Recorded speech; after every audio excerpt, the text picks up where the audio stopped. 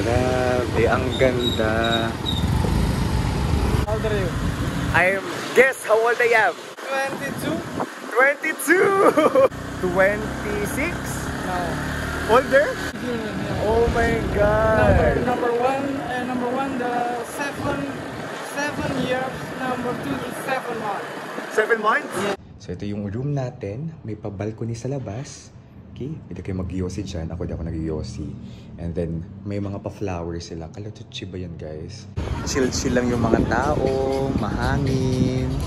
While watching the sunset. Ay, ito dito mas marami. Kumpulan sila. Parang nakakapanibago tong... Oops, may ano pala dito. May nagpo-football. Nakakapanibago tong solo trip. Kasi sali ako na may kasama talaga.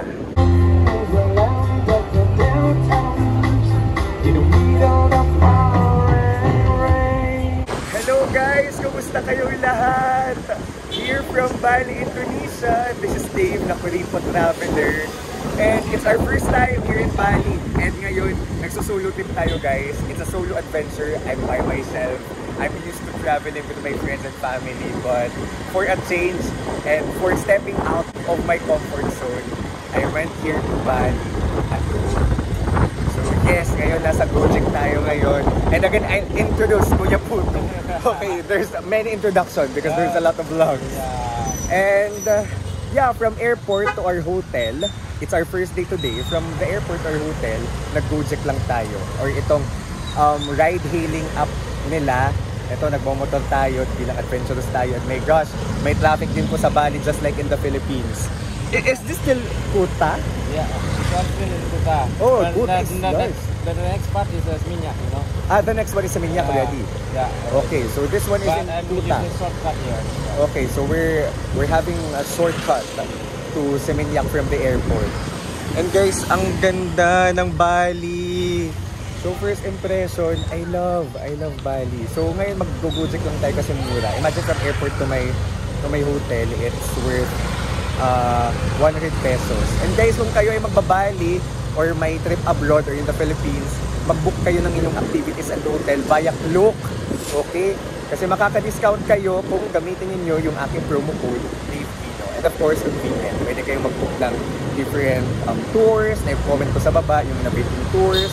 And then private transfers kung may maleta kayo. Ako backpacker lang. Okay, backpacker lang ako guys. So ito, excited talaga ako kasi this gives me somehow a sense of independence itong trip na to. And guys, ang daming ang foreigners, ang daming white. And first impression, ang distinct ng Bali. Yung Bali sa culture, ng mga aesthetic, architecture, the people are nice, they're really nice. The Balinese people. Ngayon palang napipil ko na sa kay Kuya. Grabe, ang ganda. A lot of the land, the money, So guys, hindi tayo naka-leave. Naka-work from home tayo. Naka-work from Bali. And ang ganda ng weather, hindi maulan, hindi super init, katamtaman lang. I think may mga nagre-review. Nice. Nice to be here.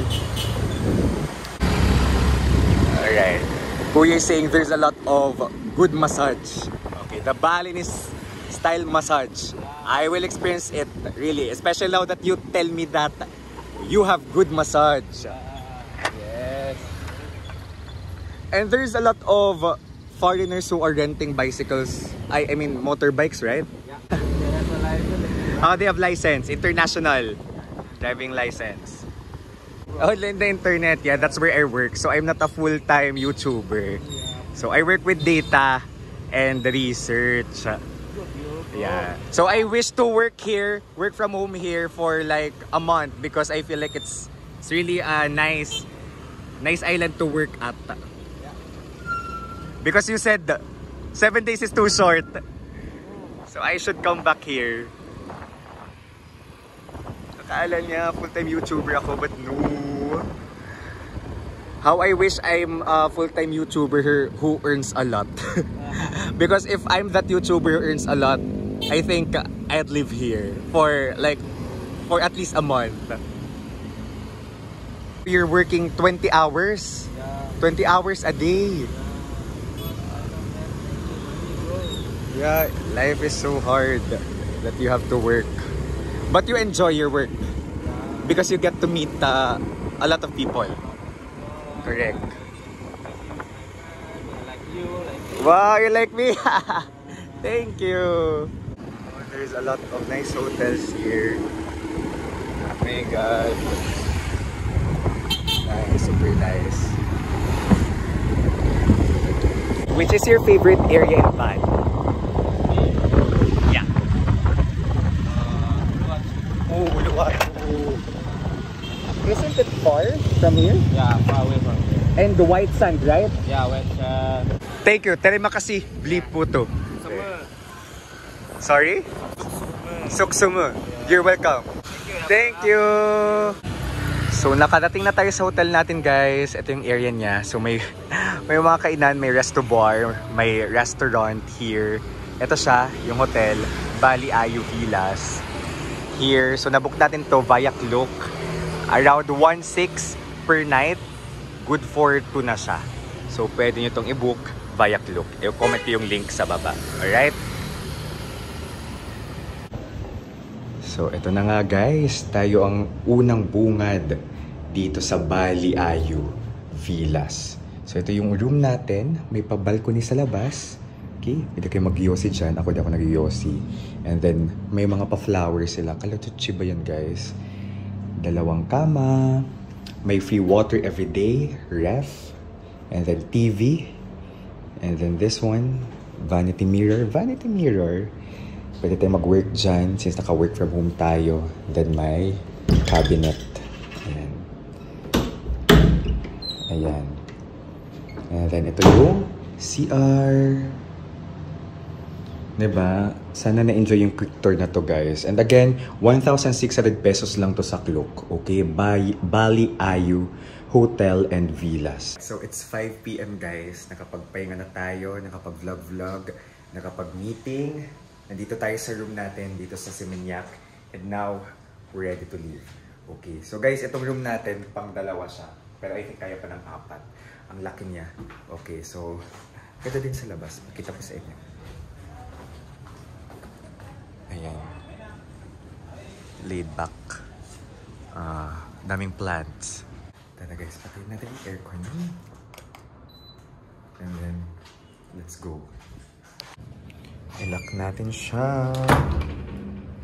May gusto kong puntahan na beach, guys. Anyway, ito yung pangalan ng hotel. 1,600 lang yan per night. Let's go. May araw pa. Okay guys, so plano ko maglakad na lang, pero sinadjust nila na i-Gojek ko na lang. So yung Gojek, yun yung parang angkas, move it, or joyride nila. Alright, so yun yung imomotor natin papunta doon. So alam niyo magkano lang? 43 pesos. So nagulat ako sa muna ng mga bagay-bagay dito sa Bali. Well, yung Gojek pa lang naman, yung muna. From airport to here, medyo malayo-layo siya, 100 pesos lang. Okay. Thank you so much. Bye-bye. Okay, so nakakatuwa din kasi ang babait din ng mga taga Bali talaga. The Gojek driver, it's only 43 pesos or 12 rupiah, right? And then he said that it's cheap. So when it happens, I just give tip. Right? So because it's near, the beach is near, Yeah. 10,000 rupiah is enough. Yeah, I think so because it's close. Yeah, It's but close. not too much traffic like that. Only because Motorbike. Motorbike, yeah. Okay. So I give tip if this happens. Because this is my first time actually here.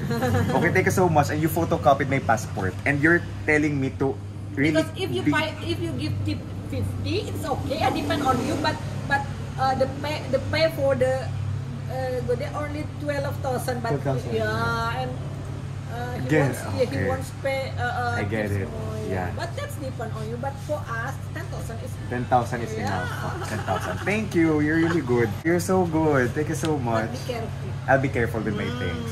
Ang dami kong nakuhang tips. Yung potato head daw, yun yung pang... Kasi yun yung nakikita ko sa internet. Yun daw yung mahal na... Yun daw, may pogi.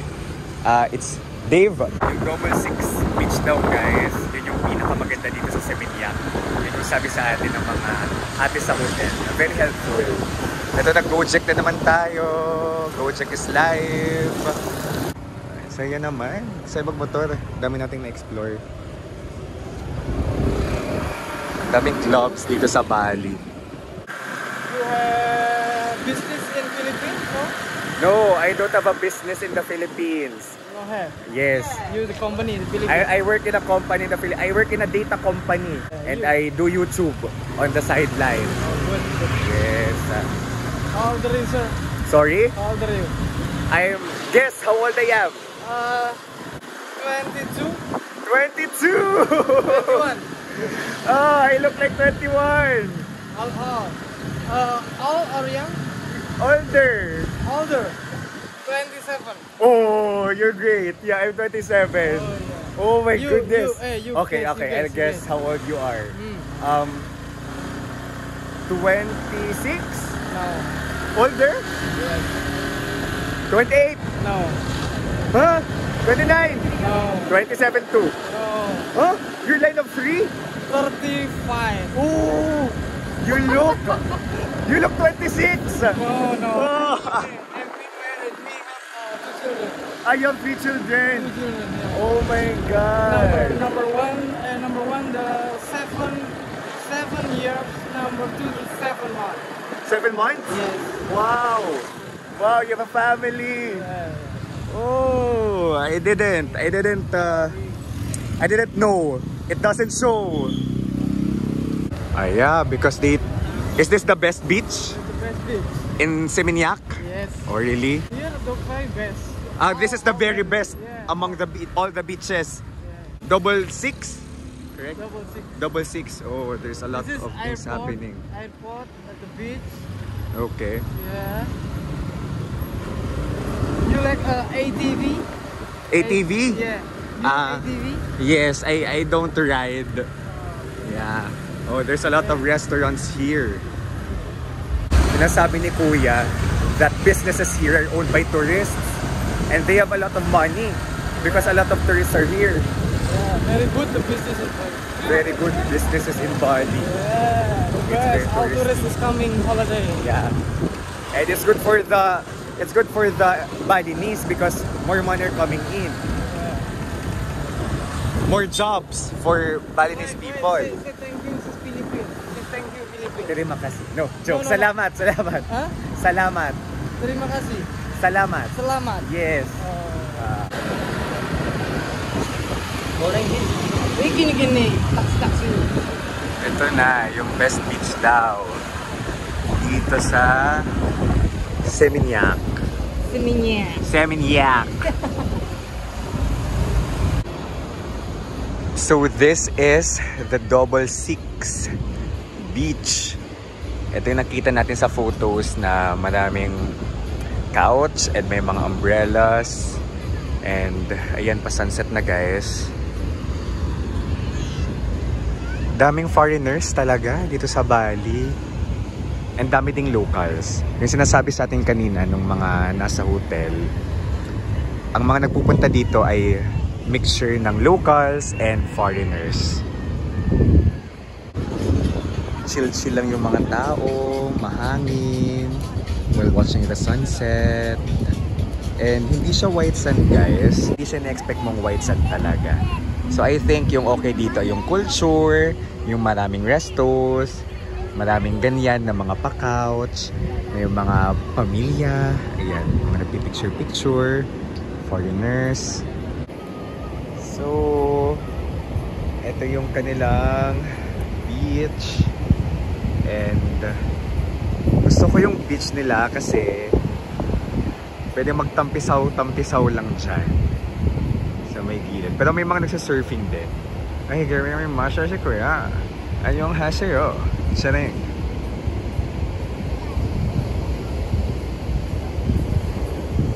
Parang nakakapanibago tong... Oops, may ano pala dito.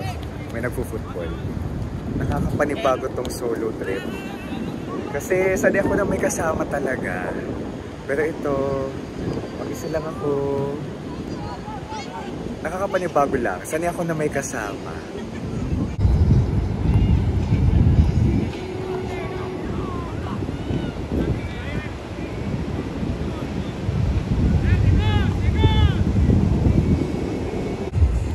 Ay, ito dito mas marami. Kumpulan sila. May pa bonfire. Ito na siya. Nagdidilim na.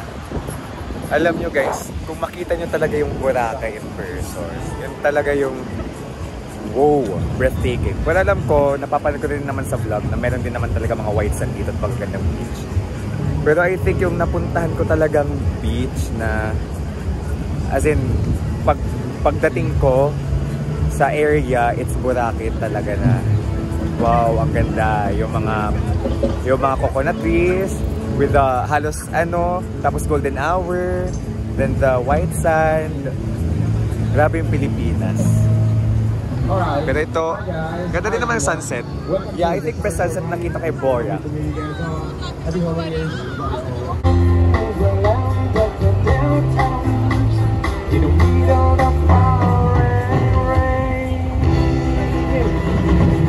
Ang ganda ng song. But take me home, country road. So yun, kumagat na guys yung dilim.